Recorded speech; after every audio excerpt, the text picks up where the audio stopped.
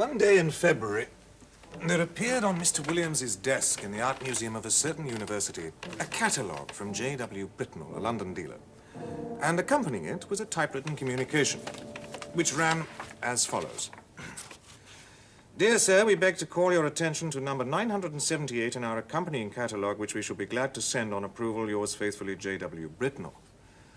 To turn to number 978 in the accompanying catalogue was the work of a moment, and in the place indicated, Mr. Williams found the following entry.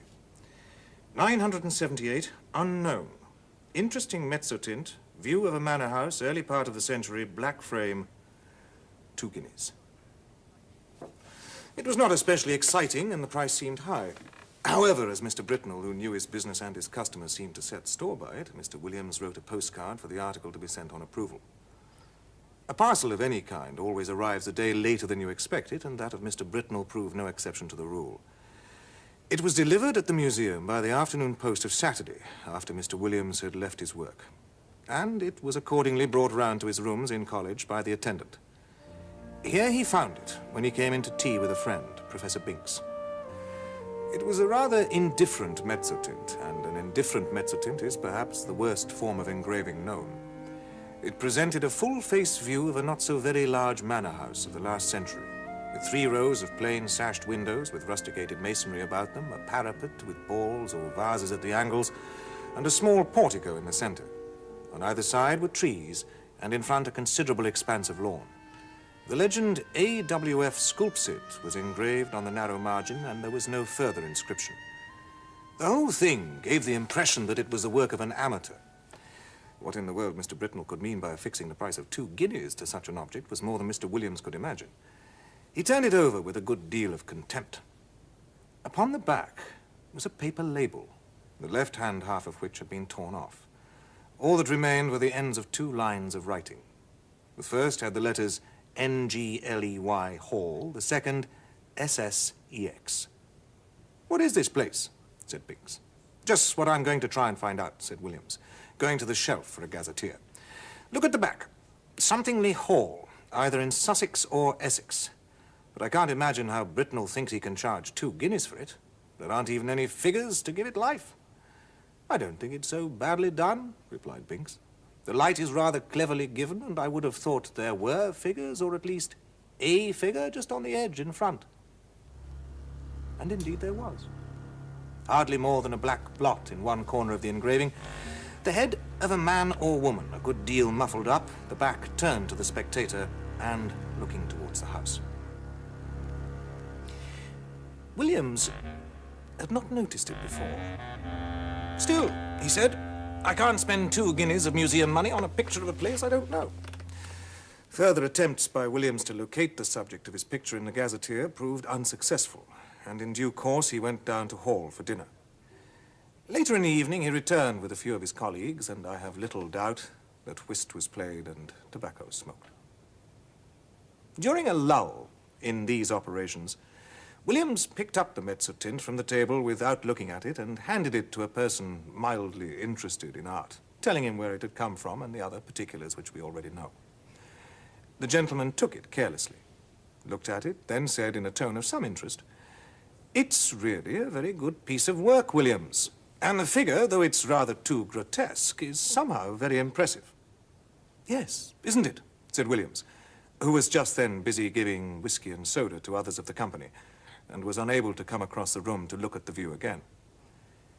But some time past midnight, after the visitors had departed, and as he was lighting his bedroom candle, the picture once again caught his eye. And what he saw made him very nearly drop the candle on the floor. In the middle of the lawn, in front of the unknown house, there was a figure where no figure had been at 5 o'clock that afternoon. It was crawling on all 4s towards the house, and it was muffled in a strange black garment with a white cross on the back. I do not know what is the ideal course to pursue in a situation of this kind. I can only tell you what Mr. Williams did. He took the picture, locked it up in a drawer, and retired to bed. But first he wrote out and signed an account of the extraordinary change which the picture had undergone since it had come into his possession. The following morning he invited his neighbor Nisbet to breakfast. During the meal, nothing was said about the Mezzotint by Williams, save that he had a picture on which he wished for Nisbet's opinion.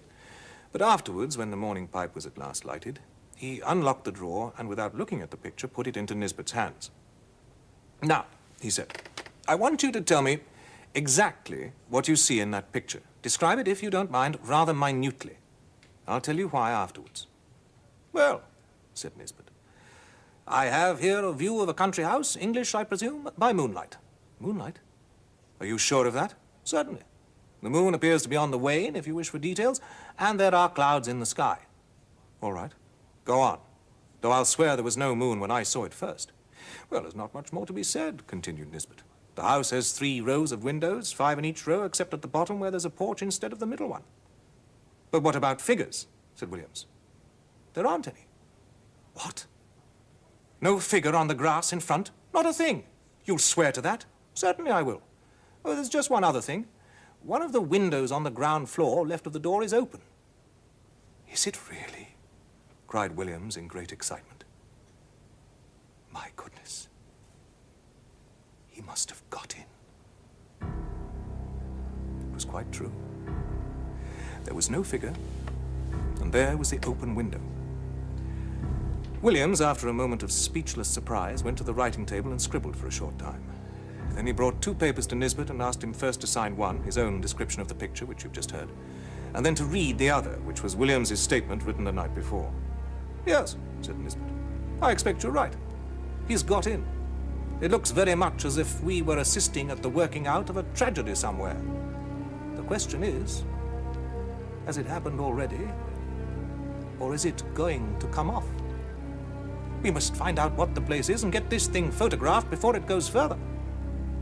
While Nisbet dealt with the photograph, Williams went in search of Mr. Green, who had been college bursar for many years. The college had property in Sussex and Essex, and Green had travelled widely in both counties. However, he was not to be found for the moment. His business had taken him to Brighton, and he was not expected to return until the following day. "What do you mean to do now?" asked Nisbet. "Are you going to sit down and watch the picture all day?" "Well, no, I think not," said Williams. "I rather imagine we're meant to see the whole thing. And besides, I have a kind of idea that it wouldn't change much, if at all, in the daytime. We might go out for a walk this afternoon and come in to tea or whenever it gets dark. I shall leave it out on the table here. My skip can get in, but no one else." It was 5 o'clock when they returned to Williams's rooms. The first thing they saw was the picture leaning up against a pile of books on the table, as it had been left. And the next thing was Williams's skip seated on a chair opposite, gazing at it with undisguised horror. He was a servant of considerable standing, and nothing could be more alien to his practice to be seen sitting on his master's chair or appearing to take any particular notice of his master's furniture or pictures. "Begging your pardon, sir," he said, "but it ain't the sort of picture I should hang where my little girl could see it. If she were to catch a sight of this skeleton here, or whatever it is, carrying off the poor baby, she would be in a taking. It don't seem a right picture to be laying about, sir, not where anyone that's liable to be startled should come on it." With these words, the excellent man went to continue the round of his masters, and you may be sure the gentleman whom he left lost no time in re-examining the engraving. There was the house, as before, under the waning moon and the drifting clouds. The window that had been open was shut, and the figure was once more on the lawn. But not this time crawling cautiously on hands and knees. Now it was erect and stepping swiftly, with long strides to the front of the picture. The moon was behind it, and the black drapery hung down over its face so that only hints of it could be seen. And what was visible made the spectators profoundly thankful that they could see no more than a white dome-like forehead and a few straggling hairs. The head was bent down, and the arms were tightly clasped over an object which could be dimly seen and identified as a child. Whether dead or living, it was impossible to say. The legs of the appearance alone could be plainly discerned, and they were horribly thin. From 5 to 7, the companions sat and watched the picture by turns, but it never changed. They agreed at last that it would be safe to leave it while they dined in the hall. When they returned, the figure was gone, and the house was quiet under the moonbeams. There was nothing for it but to spend the evening over gazetteers and guidebooks. Williams was the lucky one at last, and perhaps he deserved it. At 11:30 p.m., he read from Murray's Guide to Essex the following lines. 16.5 miles, Anningley. The church has been an interesting building of the Norman date, but it was extensively classicized in the last century. It contains the tombs of the family of Francis, whose mansion, Anningley Hall, a solid Queen Anne house, stands immediately beyond the churchyard in a park of about 80 acres. The family is now extinct, the last heir having disappeared mysteriously in infancy in the year 1802. The father, Mr. Arthur Francis, was known locally as a talented amateur engraver in Mezzotint. After his son's disappearance, he lived in complete retirement at the Hall and was found dead in his studio on the 3rd anniversary of the disaster, having just completed an engraving of the house, impressions of which are of considerable rarity.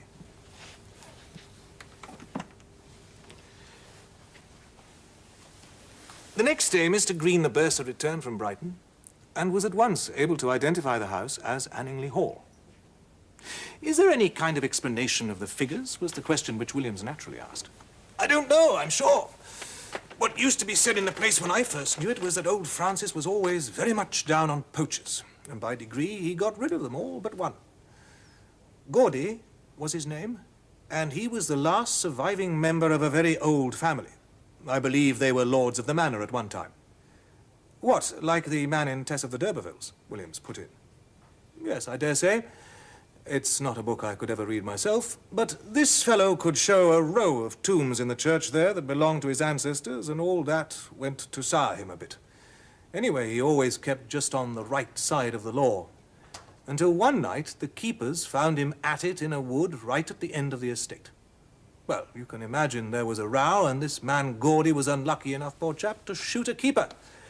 Well, that was just what Francis wanted, and poor Gaudy was strung up in double-quick time. I've been shown the place he was buried in, on the north side of the church. You know the way in that part of the world. Anyone that's been hanged or made away with themselves, they bury them that side. As I said, he was the last of his line. And it was always rumored that some friend of his must have planned to get hold of Francis's boy and put an end to his line, too. I should say now that it looks more as if old Gaudy had managed the job himself. I've only to add that the picture is now in the Ashleighan Museum, and that though carefully watched, it's never been known to change again.